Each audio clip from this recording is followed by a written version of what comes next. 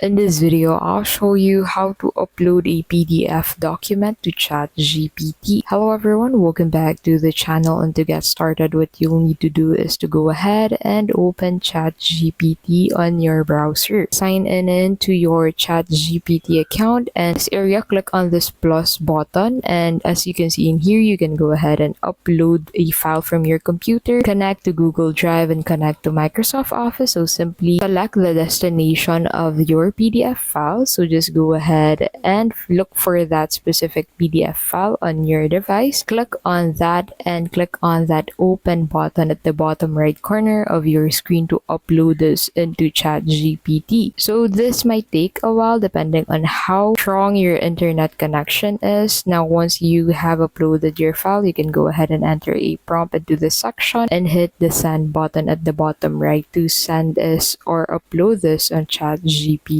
And that is how you can basically upload a PDF file on ChatGPT. If this video helped you out, please don't forget to give this video a like, subscribe to the channel, hit the notification bell to keep updated with our latest videos. Thank you so much for watching, and we'll see you in the next video.